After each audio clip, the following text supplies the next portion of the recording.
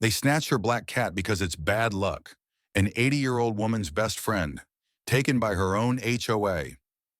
In the picturesque retirement community of Silver Pines, Florida, where palm trees swayed and the sun always seemed to shine, lived Eleanor Brooks, an 80-year-old widow who'd called the neighborhood home for over a decade. Eleanor was a quiet soul, known for her warm smile and her love of gardening, but her truest companion was her black cat, Shadow.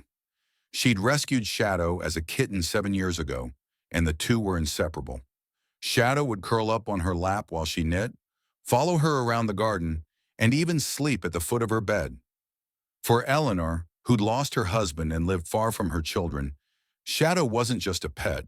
He was family, her comfort in a lonely world. But not everyone in Silver Pines saw Shadow the same way. Patricia Langston, the 55-year-old president of the Homeowners Association, had a reputation for enforcing rules with an iron fist. Patricia, a self-proclaimed community enhancer, believed in a perfect, orderly neighborhood, free of anything she deemed unsightly or problematic. To her, Shadow was a walking superstition. She'd heard old wives' tales about black cats bringing bad luck, and she claimed residents had complained about Shadow scaring them as he roamed Eleanor's fenced yard. Patricia decided Shadow had to go. In October 2024, just before Halloween, Patricia pushed through a new HOA rule at a sparsely attended board meeting. No black cats allowed in Silver Pines, due to their association with bad luck and potential to disturb residents. The rule was absurd, rooted in superstition rather than logic, but Patricia didn't care.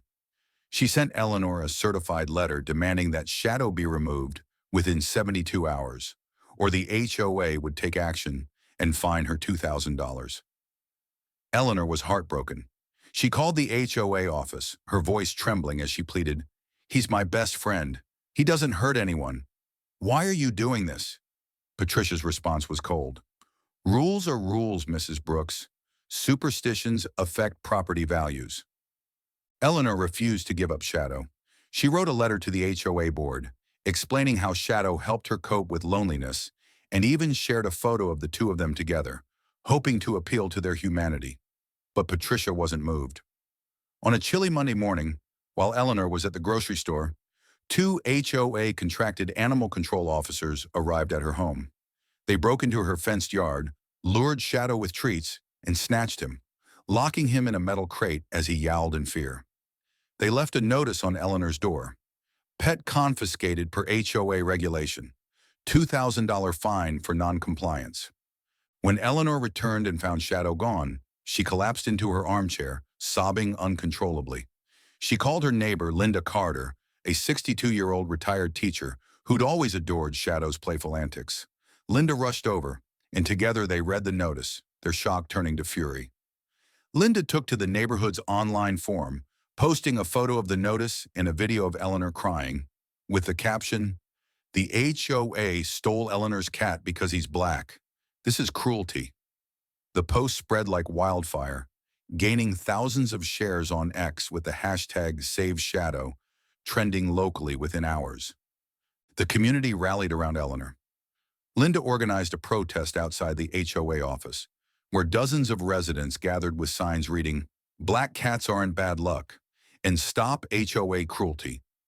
Some brought their own pets, cats, dogs, even a parrot, to show solidarity. A local news station, WFLA, covered the story, interviewing a tearful Eleanor who said, "He's all I have left. They took my heart." The reporter also spoke to a veterinarian who debunked the superstition, calling the HOA's rule baseless and discriminatory. The story gained national attention, with animal rights groups like PETA condemning the HOA's actions and offering legal support. But Patricia Langston doubled down. At a heated HOA meeting, she claimed Shadow was a public nuisance and accused Eleanor of manipulating the community for sympathy. She raised the fine to $4,000 and threatened to evict Eleanor if she didn't pay. Some residents, fearing their own pets might be next, started to waver, but most stood firm. A young lawyer in the neighborhood, Michael Evans, offered to represent Eleanor pro bono, filing a lawsuit against the HOA for emotional distress, property theft, and violation of fair housing laws. The legal battle lasted 4 months, with the courtroom packed with supporters wearing black cat pins. Michael presented evidence of Shadow's gentle nature, including vet records and neighbor testimonies, and argued that the HOA's rule was discriminatory and lacked legal grounding. Eleanor took the stand, her voice soft but resolute.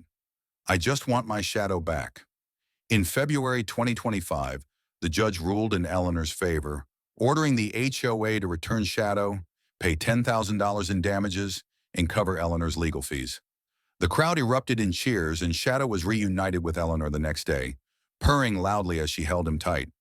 But the victory was bittersweet. Patricia refused to step down as HOA president, despite the backlash. She issued a statement calling the ruling a mistake and vowed to protect the community from further disruptions.